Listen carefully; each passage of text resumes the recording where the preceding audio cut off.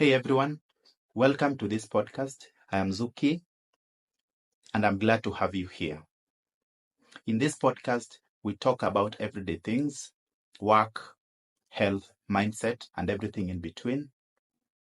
In honest conversations and insights, we talk about how we can live our lives better with more clarity and intention.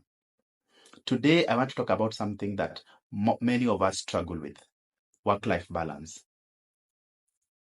In a world that is always moving, where productivity is valued more than presence, where do we find time to just be? And most importantly, how can we balance between work and life without burning out? So let's get into it. We live in a world that rewards constant movement. We are expected to always be doing, chasing goals, longer hours, answering messages at midnight.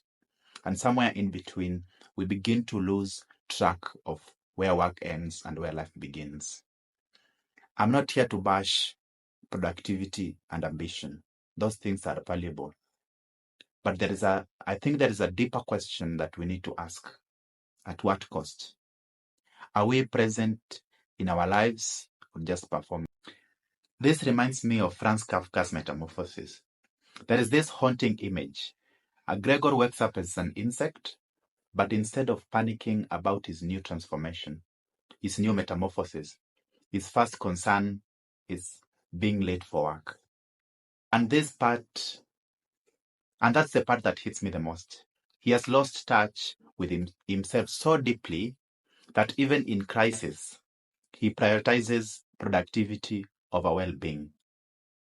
How many of us are doing the same? We push through burnout, ignore mental exhaustion, all in the name of getting things done. But at what point do we stop being us? So what does work-life balance look like when you are trying to live in the present? It is not a perfect split. It's not a 50-50 hours.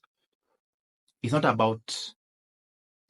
about trying to balance work and life equally, but it's about intentionality.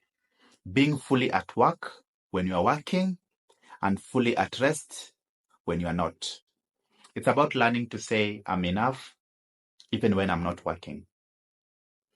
Here's a few simple shifts, mental shifts that you can make to ensure that you attain work-life balance. Starting and ending the workday with a short presence check. Just breathing for a moment without screens. Creating small rituals to separate roles, maybe changing clothes after work or going for a short walk. Practicing one task at a time. No more eating while emailing or scrolling during conversations. These aren't productivity hacks.